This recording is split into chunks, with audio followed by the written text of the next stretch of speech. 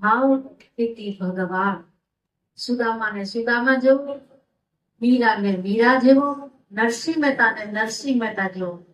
જેને જેવો ભજ્યો ને એના માટે એવો થઈને આવ્યો છે. કોઈએ મિત્ર બનાવ્યો, કોઈએ ભગવાન બનાવ્યો, કોઈએ પતિ ધાર્યો, ધણી ધાર્યો તો ધણી જેવો.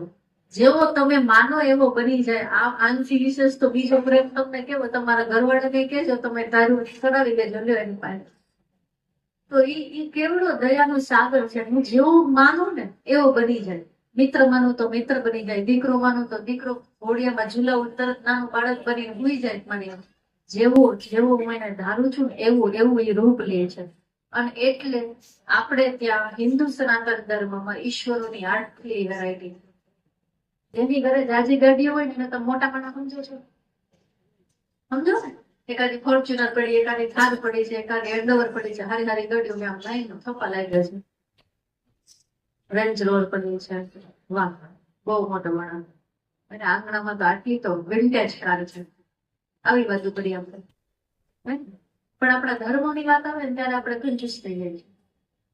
મને આજના યંગસ્ટર મારો સવાલ જવાબ વાળો દોરો ને એટલે મને આમાં પ્રશ્ન પૂછવામાં આવે કે આટલા બધા ભગવાન ને આટલી બધી વિધિ વિધાન છે ને, તો અમે કન્ફ્યુઝ થઈ જાય છે કે શું કરવું જોઈએ, આમાં કોણ સાચું. એક હોય તો ખબર પડે આમાં તો આટલી બધી છે.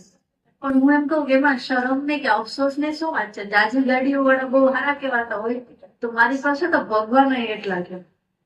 અને આટલા બધા સ્વરૂપ શું કામ છે? ઈશ્વર તો એક જ છે.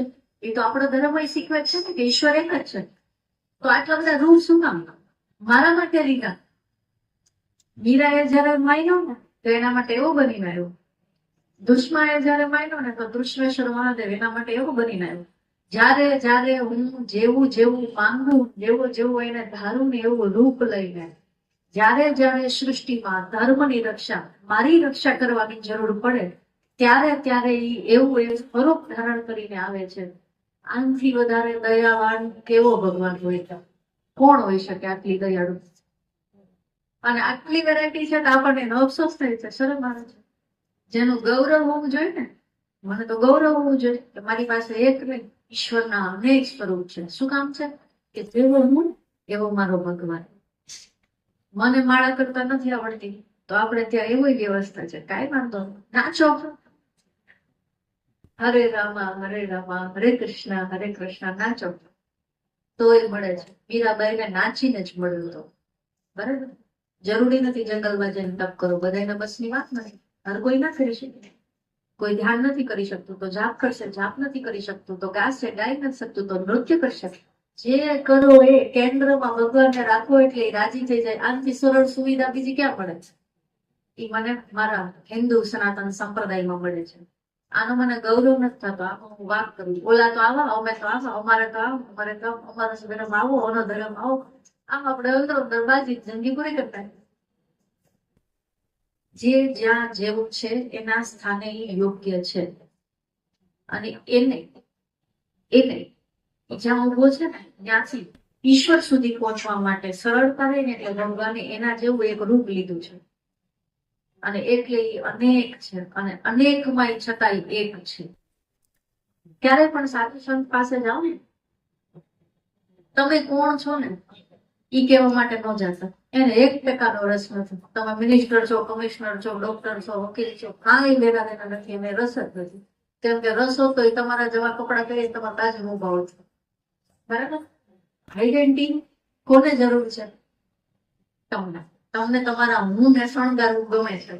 તમારો અહંકાર છે ને એને સજાવવું ગમે છે. આમ બે ચાર ભૂમકા મારવા ગમે કે ભાઈ વકીલની ડિગ્રી લીધા પછી અમે અહીંયા જિલ્લા પંચાયતની ચૂંટણી લડ્યા હતા, અમે પ્રદેશ પ્રમુખ છીએ, અમે આ છીએ, અમે તે છીએ, અમે બોલવું, અમે આ જ્ઞાતિના, અમે આ સમાજમાંથી આપી, અમે અમારું આ ગામના ગૌરવ લેવાય. બરાબર. આવું આઈડેન્ટિફિકેશન આપો, પણ સંતોને ન આપો. કેમ કે તમે આવું કરીને જાશો ને એટલે બે જ વસ્તુ થાય. એ મૌન થઈ જશે.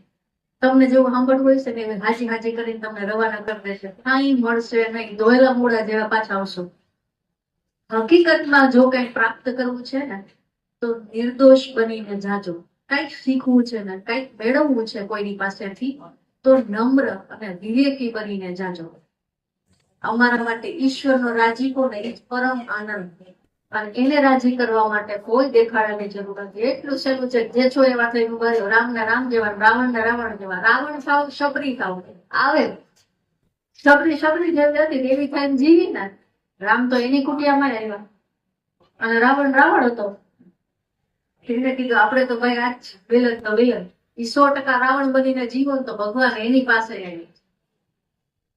આપણી પાસે નથી આવતા, કેમ કે આપણે ઘડીકમાં રામ, ઘડીકમાં રાવણ, ઘડીકમાં શબરી, ઘડીકમાં કઈ કઈ, ઘડીકમાં મંથરા, કેટલા કેરેક્ટર ચેન્જ કરી દે છે. 24 કલાકની અંદર આપણા એટલા ચહેરા ફરી જાય છે, એટલા આપણા પાત્ર ફરી જાય છે. ભગવાનને નક્કી નથી થતું કે આમાં ક્યું સાચું છે. મેં કોને મોકલ્યો તો નીચે ઈ નથી ઓળખતા. આપણને બનાવવા વાળું ઓળખી ન કે એટલા આપણે કેરેક્ટર અદા કરી છે રંગમંચ ઉપર રોજ. શ્રી વિદ્યા, વિદ્યા એટલે જ્ઞાન, બોધ, ભાન. આપણે છોકરાઓ લખી જાય ત્યારે ભાન નથી પડતી. ભાન નથી પડતી એટલે જ્ઞાન નથી, બુદ્ધિ નથી. તો શ્રી વિદ્યા એ વિદ્યામાં જ્ઞાન. જ્ઞાન એટલે શું છે? અહીંયા શું કરવા આવ્યા છીએ એનું જ્ઞાન થવું એટલે શ્રી વિદ્યા. એવું જ્ઞાન થવું કે મારા હોવાનો શું અર્થ છે એટલે શ્રી વિદ્યા. મુક્તિ કેવી રીતે પ્રાપ્ત કરવી એનું જ્ઞાન થવું એટલે શ્રી વિદ્યા. આ અણુ અણુમાં એ જ એક ઈશ્વર, એ જ પરમ ચેતના વસે છે એનું ભાન થવું એટલે શ્રી વિદ્યા. શ્રી વિદ્યાનો સાગર છે ને એ બધી શ્રી જોવે, શ્રી જોશે. હરેકની અંદર શ્રી દેખાશે. સૌંદર્ય, ઈશ્વર છે ને પરમ સૌંદર્ય છે. એ ચેતના જે મને તમને ચલાવે ક્યારે વિચાર કરો. ઘરમાં એક લાઈટ છે ને, પંખો છે, એસી છે, બધું ચાલુ થાય છે, પણ ક્યાં ક્યાંક પાવર સ્ટેશન છે, ત્યાંથી અહીંયા આવે છે અને આપણે આ બધું ભોગવીએ છીએ. ફ્રીજ ચાલુ કરી, એસી ચાલુ કરી, કુલર, પંખા, લાઈટ, આ બધું, પણ ક્યાંક પાવર સ્ટેશન છે. તો મારું આ શરીર ચાલે છે ને, આનું પાવર સ્ટેશન તો ક્યાંક કહી શકે ને. આને પાવર મળે છે, આ હાલે છે, તો આનું પાવર સ્ટેશન ક્યાં છે? ઈ એ પરમ ચેતના, એનું નામ છે મા ત્રિપુરા સુંદરી. દેવતાઓને પણ જયારે ભી પડે ને તો ઈ જે ભગવતી પાસે જાય ને એનું નામ છે ત્રિપુર સુંદરી.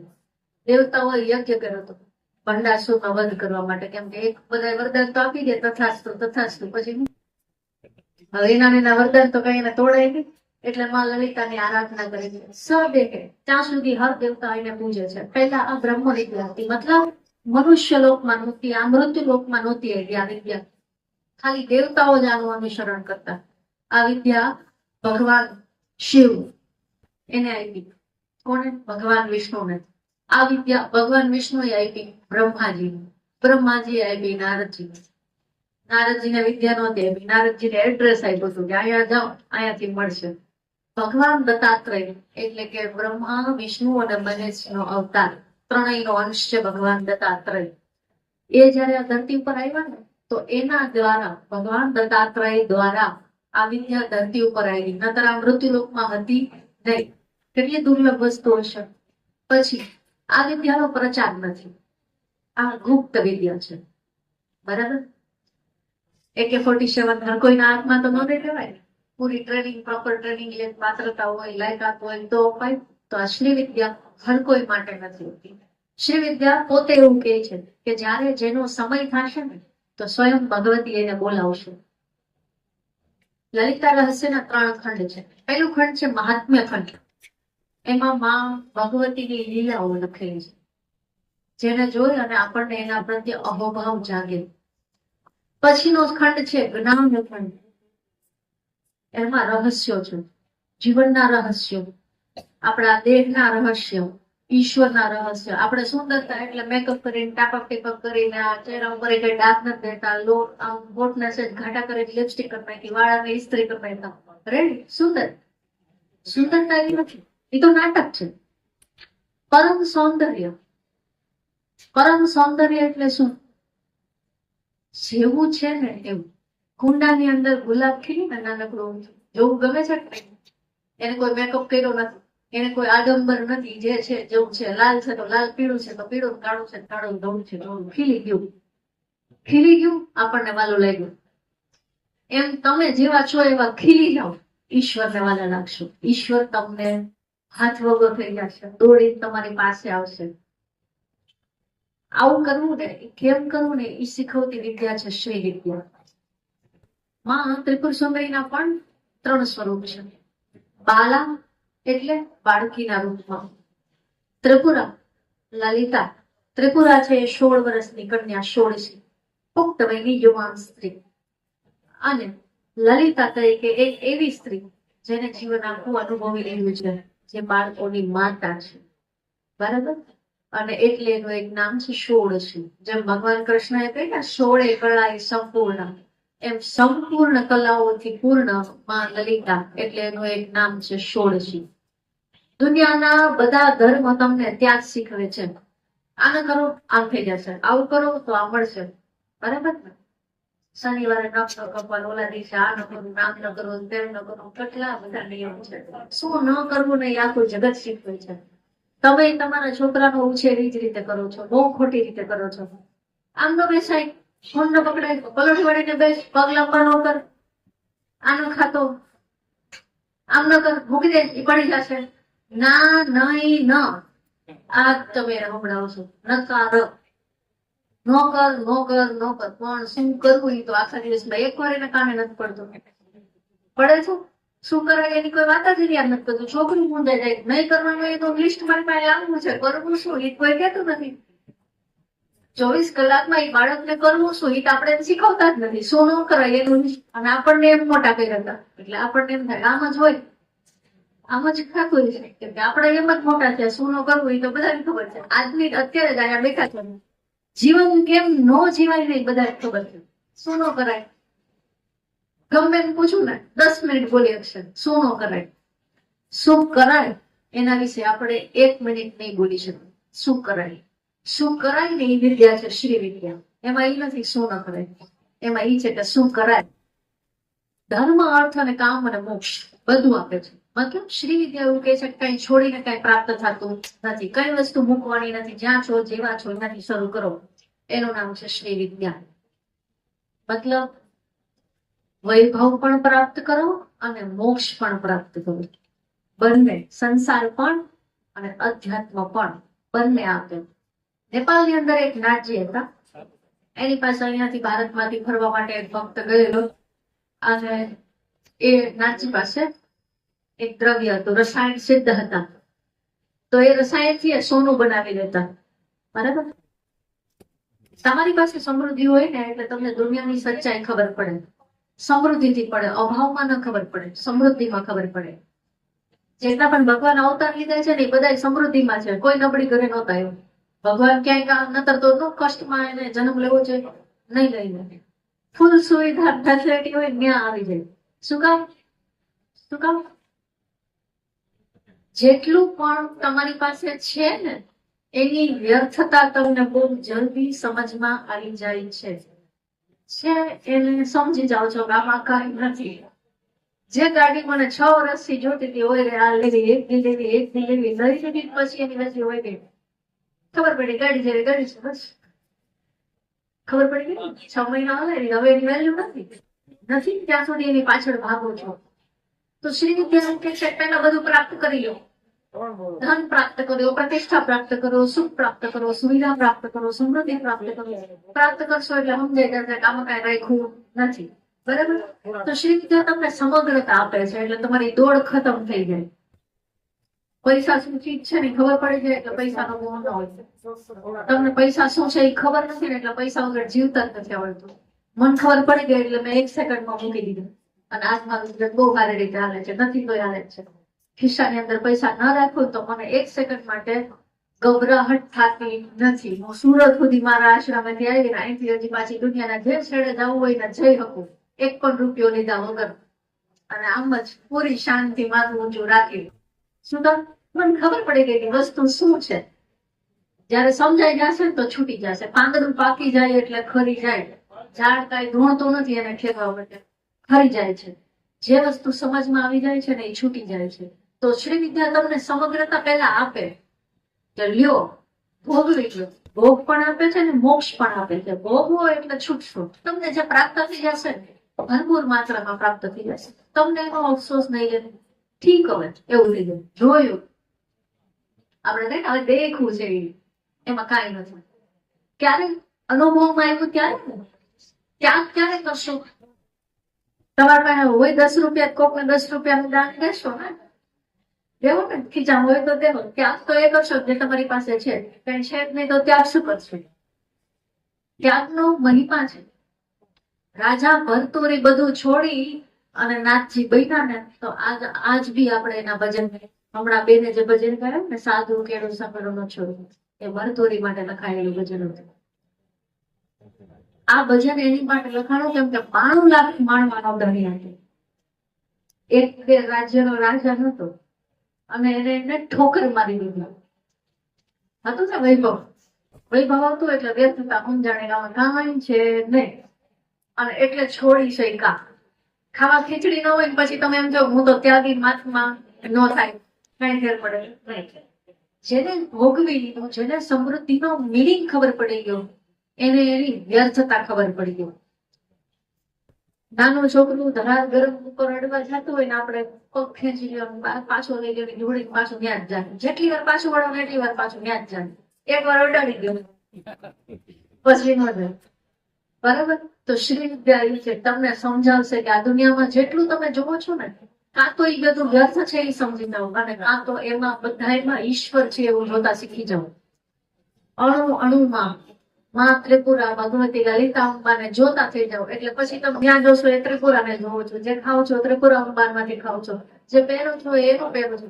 શ્રી વિદ્યા વૈભવ આપે છે, 100% આપે છે, પણ કેવો વૈભવ? જેનો તમને 1% મોહ ન લાગે એવો વૈભવ શ્રી વિદ્યા આપે છે. આ ટૂંકું ઇન્ટ્રોડક્શન. શ્રી વિદ્યા શું છે, શ્રી સાધના શું છે. ત્રિપુર સુંદરી એટલે 3 કાળ છે, ભૂતકાળ, ભવિષ્યકાળ ને વર્તમાન કાળ. 3 લોક છે. ત્રિપુરના દેવ આપણે બ્રહ્મા, વિષ્ણુ, મહેશ ને કહીએ છીએ ને, 3 લોક. એવો જ 3 તમારે ઉંમર, બાલ્યાવસ્થા, યુવાવસ્થા અને વૃદ્ધાવસ્થા. એવા જ 3 પ્રકારના તાપ, રજોગુણ, તમોગુણ ને સતોગુણ. આવું જે 3 છે ને, એ 3 મળીને ત્રિકોણ બનાવે છે. ને એ ત્રિકોણ છે એ સિમ્બોલ છે માં ત્રિપુરા સુંદરીનું. જ્યાં જ્યાં જોવો ને એટલે હવે યાદ આવશે કે ત્રિપુર સુંદરીનું સિમ્બોલ છે. માઇન્ડ ઓટોમેટિક ભગવાનને અહીંયા કનેક્ટ કરી દેશે. તમે જયારે આગળ એવું વાંચો છે દરવાજાનો, દરવાજો બંધ કર્યો ક્યારે, આગળ છે બંધ કરો છો, રોજ કરતા હશો, ત્યારે એમ છો કે શિવ અને શક્તિ છે એવો અહેસાસ થયો. જૂનવાણા દરવાજા હોય ને, કમાડ હોય, સાંકળ હોય અને ભૂખ હોય, એને બંધ કરતા, ક્યારે એવો અહેસાસ થયો કે એ શિવ અને શક્તિ છે?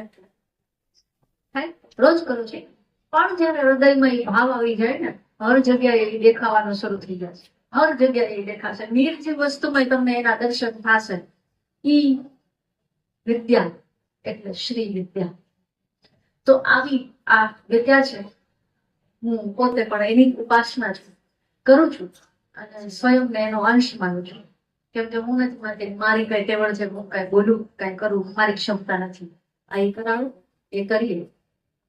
ભારતની અંદર શ્રી વિદ્યાના અનેક સ્વરૂપ છે, કેમ કે ઈશ્વર હરેકને સ્વતંત્ર આપતા આપે છે. તમારા 4 દીકરા હોય તો 4 એની જિંદગીમાં કેમ જીવવું ને એની તમને છૂટ આપી છે. મોટા કરવું, ઉછેરો, સારા સંસ્કાર આપો છો, પણ એના જીવનમાં એ શું કરશે એ તમારા હાથની વાત નથી હોતી. કેમ? શ્રી વિદ્યાના અનેક ઉપાસકો થયા, તો અનેક પદ્ધતિઓ પણ થઈ. એમાંની નાથ સંપ્રદાયની જે પદ્ધતિ છે એને હું અનુસરું છું. અને આમ સાઉથમાં જાવ તો પણ ઘણા ઉપાસકો છે શ્રી વિદ્યાના. આમ કાશ્મીરમાં, કાશ્મીર સાહિત્યમાં પણ શ્રી વિદ્યાના ઘણા ઉપાસકો છે, ઘણી વિદ્યાઓ છે. એક ગુજરાત અને આ મધ્યવાળો જે પટ્ટો છે ને એમાં બહુ ઓછું જોવું છે, અને એટલે એવો એક સંકલ્પ લીધો છે. મને કઈક સ્વાદ મળ્યો, મને કઈક એવું સારું મળ્યું, તો જે મને એમ થાય કે હું બધાને દઉં, કે હું બધાને બાટું, અને એ રોકી નથી શકાતું, અને એટલે વારંવાર નીકળી જાય મોઢામાંથી. પણ હા, પ્રાપ્ત એને થાય છે જેનો સમય થઈ ગયો છે, જેને ઈ બોલાવે છે, એના કાન સુધી આ શબ્દો પડે છે. અને જેમ હમણાં ઇન્ટ્રોડક્શન આપતા હતા ભરતભાઈએ વાત કરી કે આશ્રમ જ એવી જગ્યાએ છે જેને ખરેખર ભગવાનનું બોલાવે એને કોઈની ખબર ન પડે કાંઈ આશ્રમ છે, કાંઈ કોઈ સાધુ રહેતા હશે. એવા સ્થાન પર રહું છું. તો છતાં પણ કોઈ આવે ને ત્યારે મને એમ થાય નહીં, ભગવતીએ મોકલા અને ઈશ્વરે મોકલા છે. અત્યારે કોણ આવે આટલા કષ્ટ બેઠીને? સારો કાચો રસ્તો જ છે, સારો રસ્તો નથી. વાહન લઈને આવવું હોય તો વિચાર કરવું પડે. તો આવી જગ્યામાં છતાંય કોઈ ગોતીને આવે, આખો દિવસ ઘણા એવા આવે હેરાન થવાય, રસ્તો ભૂલાઈ ગયો, મળ્યું ને બપોર થઈ જાય, અમે તો હવારના ગોતી છીએ. આવું જયારે કેમ ત્યારે મને આનંદ થાય. એને તકલીફ પણ છે એનું નહીં. મને આનંદ થાય કે શું તારી લીલા છે, શું તારી માયા છે, ક્યાં અંદર દુનિયાથી કંટાળીને ક્યાં છે અંદર જઈને આવીને બેઠી છું, તું ન્યાય મોકલસ કોઈને કોઈને કોઈ સ્વરૂપે. હું તો એમ સમજુ છું કે પોતે જ આવી કોઈનું રૂપ લઈ અને એ જ આવે છે મારી પાસે, એ જ મારી પાસે આ બોલાવડાવે છે, આ કરાવડાવે છે. તો આ સંદર્ભમાં આજ આપણે આટલી બધી વાતો કરી. જેટલા પણ માં ભગવતીના નામ લેવાના, એનું સ્મરણ થયું, એને યાદ કરાવવાના, એટલું મારું અહોભાગ્ય અને તમારું પણ અહોભાગ્ય. હું આશ્રમમાં એક શ્રી યંત્ર સ્થાપિત કરું છું, મંદિર બને છે. એની અંદર 4.5 ફીટનો એક પથ્થરનું શ્રી યંત્ર, જેનો પથ્થર ગોતતા મને 2 વર્ષ લાગ્યા. બેંગ્લોર થી લઈને ઓડિશા, આંધ્ર ને ઓડિશા બે આખું રાજ્ય ફેરી, પછી છેલ્લા દક્ષિણમાં ઘણું 2 વર્ષ ઘણું ભ્રમણ કર્યું. ત્યારે મને અંદરથી એક ગમે ને એમ થયું, હા બરાબર, એવો એક પથ્થર હવે બનવાનું તો કામ ચાલુ છે. તો એક સ્થાન એવું નિર્માણ કરવું, એક સંત. બધાનું તમારું કઈક લક્ષ્ય હોય ને જીવનમાં. તમારે કોઈ એમ છે કે મારે અહીંયા સુધી પહોંચવું, મારો બિઝનેસ આવો થઈ જાય, મારે મકાન બનાવવું છે, મારે આ ગાડી લેવી છે, આ કરવું તે કરવું, કઈક લક્ષ્ય હોય જેના પાછળ દોડો છો. હું સાદું થઈ ને તોય મારી પાસે કઈ લક્ષ્ય ન હોય. શું કરું છું મને ખબર, કેમ કે થોડુંક આઉટ ઓફ ધ સિલેબસ છે તમારા માટે, કેમ કે અનુભવ મારે છે, કામ તો તમારે કઈ નહીં. પણ આવલી રસગુલ્લા વાળી વાત છે, મેં ખાધેલા રસગુલ્લાને હું વખાણું છું, તમને સ્વાદ નહીં આવે 100%, પણ છતાંય કહું. જયારે મને પહેલી વખત એ અનુભૂતિ થઈ ને, તો મને એવું લાગ્યું કે હવે હું શું કરીશ, ભય લાગે. કેમ કે અચાનક થી જીવન માટે કોઈ લક્ષ્ય જ નથી, કરવા માટે કોઈ કામ જ નથી. શ્વાસ લઉં છું, જીવું છું, મને ખબર પડે હું છું, પણ શું કરું છું કઈ ખબર જ નથી. કોઈ અર્થ નહીં જીવનનો, કઈક તો હોવું જોઈએ. ત્યારે મેં આ લક્ષ્ય બનાવ્યું, જે મને પ્રાપ્ત થયું ને એવું બીજાને પ્રાપ્ત કરવામાં નિમિત્ત બનશે. ગુરુ, સંત, સાધુ, ઘરમાં બેઠેલો વડીલ, એનું કામ છે બેઠા બેઠા આંગળી ચીંધવી, આંગળી ચીંધવાનું પુણ્ય. કેમ કે પછી એનાથી કઈ થવાનું પડી જાય. બેઠા બેઠા હારી શીખવવામાં આપી શકે. ઘરમાં બેઠો વડીલ હશે ને નકામા નથી હોતા, એની પાસે એના આખા જીવનનો અનુભવ છે. 2 મિનિટ વાત કરો ને તો હારી સલાહ તો આપી શકે. એમ એ આંગળી ચીંધી હતી. એમ અમે હવે શું કરી, મારા જીવનનો તો કોઈ અર્થ જ ન રહ્યો. હું તો જીવું જ છું, પણ ખબર નહીં શું કામ, ક્યાંય જોઈતું નથી, ક્યાંય જવું નથી, ભગવાન નહીં વગર ગોતવો નથી. તો હવે શું કરવું? તો હવે એવું થઈ ગયું, મેં જે સ્વાદ ચાખ્યો બેઠી બેઠી આંગળી ચીંધું, તો એ કરું છું. બેઠા બેઠા આંગળી ચીંધું છું. જવું હોય તો છું, ન જવું હોય તો મરજી તમારી. પણ હું મારું કર્તવ્ય કરીશ. મેં જેમ શરૂઆતમાં કીધું એમ, તો ઉપર જાઉં તો કહી શકું મેં પ્રયત્ન કર્યા હતા. એક સંત છે ને, એને થોડાક કર્મ બાકી રહી ગયા. ભગવાન એને પાછું ચિત્રગુપ્ત સાથે મંત્રણા કરીને એની આખી જીવનની ચોપડી વાંચી, અને પછી એવું નક્કી કર્યું નહીં, હજી એકવાર તો ધક્કો ખાવો પડશે ધરતી ઉપર. તો આવ્યા. હવે જન્મ એનો થયો ક્યાં? એક વૈશ્યને ત્યાં, એ બસ્તીમાં રહીને મોટા થયો. જીવ તો આગલો જન્મ તો સાધુ નો હતો, વૈરાગી મહાત્મા, બરાબર, એકદમ તપસ્વી. સાધુતાનું આખું જીવન પૂરું કરીને એક અંશ માત્ર કર્મ માટે ફરીને અવતાર લેવો પડ્યો, ફરીને જન્મ લેવો પડ્યો, અને એક વૈશ્યને ઘરે જઈ. એ વૈશ્ય જેમ તેમ તો નહીં હોય ને, કાંઈક તો ઈશ્વરની આરાધના કરતી હશે ને, તો ભગવાને એને ત્યાં મોકલ્યા. બરાબર, કંઈક તો કારણ હોય, કારણ તો કઈ થતું નથી. આખું જીવન એને ત્યાં વિતાવી નાખ્યું. ફરી પાછું મૃત્યુ થયું, ભગવાનની આગળ ઉભા રહ્યા, ફરિયાદનો પાર. અરે તે મને એવી જગ્યાએ નાખી દીધો, અહીંયા તારું નામ લેવું હોય તો કઈ થાય, એક સારું કામ ન્યાવીને થાય, ખવડું નાખું તો ઊંધું પડે, તારું નામ લેવું તો સામે બીજા શ્લોક 4 સંભળાતા હોય, ત્યાં ક્યાં તારું ભગવાનનું નામ લેવું? તે જ મને એવી જગ્યાએ મોકલો, ભજન જ ન છું મારા છે. બહુ ફરિયાદ કરી. ભગવાને સાંભળી, ધર્મરાજાએ સાંભળી. પછી છેલ્લે એકલું એના ચોપડે દેખાય, પાછલો તારો જન્મ આ હતો, તને ન્યા એને સુધારવા મોકલો હતો કે તું ન્યા જઈને ઈ લોકોનો ઉદ્ધાર કર. ત્યાં કોઈ જાતો નથી. એને કોણ રસ્તો બતાવશે? તને એટલે ન્યા જન્મ દીધો હતો, તારે એને તારવાના હતા, એને સુધારવાના હતા. એમ આપણે તો ફરિયાદમાં જ રહી જાય છે. હું એવું ઈચ્છું છું કે હું જઈને ફરિયાદ ન કરું, હું એમ કહી શકું મેં મહેનત કરી હતી પૈસા, થઈ ન થઈ તો તારા હાથની વાત હશે. મેં મહેનત કરી છે તો હું આ મહેનત મારા હિસ્સાની કરીને જાઉં છું. તમારા હિસ્સાનું તમે જોઈ લેજો. એટલું કહીશ કે ચાહો તો રાજી પાછું, અને ના ચાહો તો પણ એક વખત તો એનો સામનો કરવો પડશે. આ ચિત્રગુપ્તની વાત થી એક વાત યાદ આવી. બધાની પાસે મન છે, બધાની પાસે મોબાઈલ છે. મોબાઈલ ની અંદર મેમરી કાર્ડ છે. જેવો જેનો ફોન, કોઈનો 64 GB, કોઈનો 125 GB નો, જેવો જેનો ડેટા સ્ટોરેજ, બધું એમાં સ્ટોર થાય છે ને. તમારું મન છે ને, તમારું મેમરી કાર્ડ છે. આ મોબાઈલ નું મેમરી કાર્ડ છે તમારું મન. સારું નરસું જે એમાં ભરો છો ને, છે ચિત્રગુપ્ત એટલે ગુપ્ત ચિત્ર. ચિત્રગુપ્ત નું ઊંધું કરો, ગુપ્ત ચિત્ર. મારા નાની માં આમ મનમાં બોલશો ને એટલે તમને તમારા નાની દેખાશે. બરાબર? મારો નાનપણના ભાઈબંધ એટલે તમને યાદ આવે છે ને, દેખાય ને, ચિત્ર દેખાય, ફોટો દેખાય. આપણી મેમરી ફોટોજેનિક મેમરી છે. આજથી 10 વર્ષ પહેલા કોઈ જગ્યાએ ગયા હતા અને ત્યાં ફલાણા ભાઈ મારું અપમાન કર્યું હતું અને પછી હું ત્યાંથી વધીને નીકળી ગઈ હતી. આ વસ્તુ આમ ચિત્ર દેખાય, આખું આમ લાઈવ બધાને. જેવી જેવી યાદ બનેલી છે ને, એવું એવું તમારા મનમાં સ્ટોરેજ થયું છે. ચિત્રગુપ્ત કઈ ત્યાં ચોપડા થોડા લખે ને, એમ ક્યાં એવી નવરાય તમારા મારા ચોપડા એ ઉતારા કરે. તમે પોતે જ લખો છો. તમારા મનમાં જે ભરો છો ને, તમારો ચિત્રગુપ્ત નો ચોપડો છે. ઓલો તો ખાલી જાય ને ખોલી વાંચે, અચ્છા આવું આવું છે, અને ઈ હિસાબથી પાછો તમારો હિસાબ કિતાબ થાય, નવો જન્મ મળશે. તમે કેવું ભેગું કરો? આજે ન ભાવે એવું શાક બન્યું, આજ મારા પાડોશી આવું કર્યું, ગાડી અહીંયા પાર્ક ન કરી, ઓલાએ મને આમ કર્યું, આને મને આમ કીધું, ના મારે લેવાના હતા પૈસા, મારો પૂછ મારી દીધું, આને મારું આ નુકસાન કર્યું. આ હું જ અંદર ભર્યું. કઈ હારી વાત લઈને અંદર જતા તો પછી બીજું હું ખુલે. ભગવાન ક્યાં તમને આડા હાથ રાખે છે? હારી વાતો યાદ રાખો.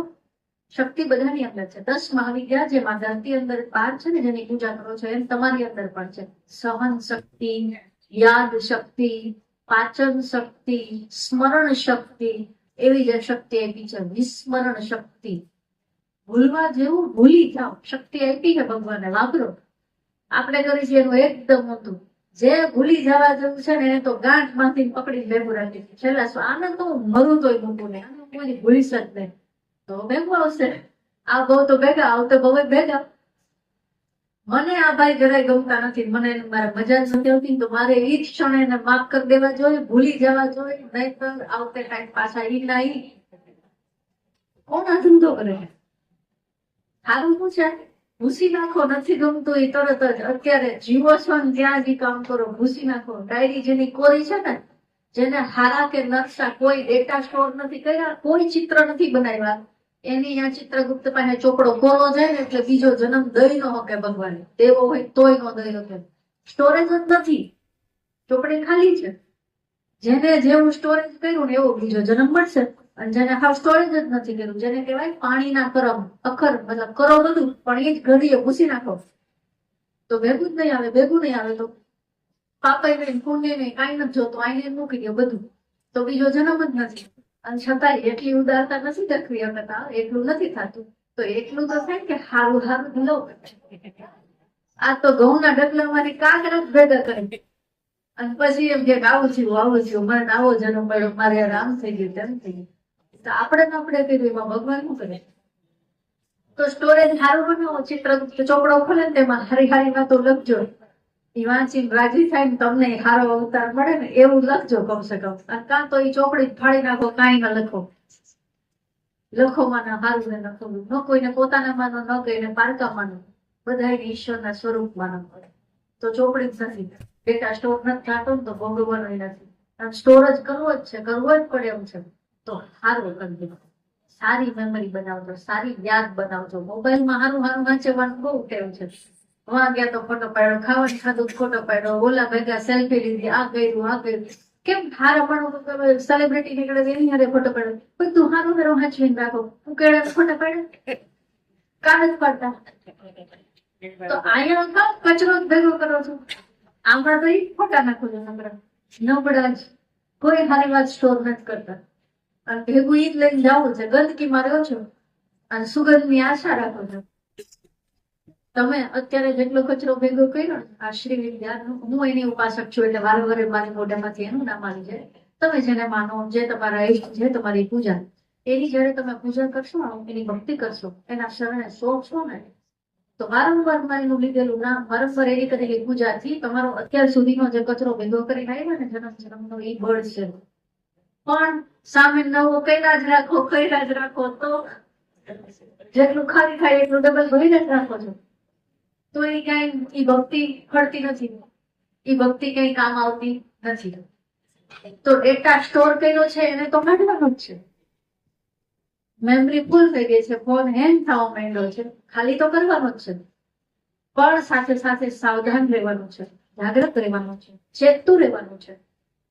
નકામો કચરો ફરી પાછો આ મોબાઈલમાં ભરાય નહીં.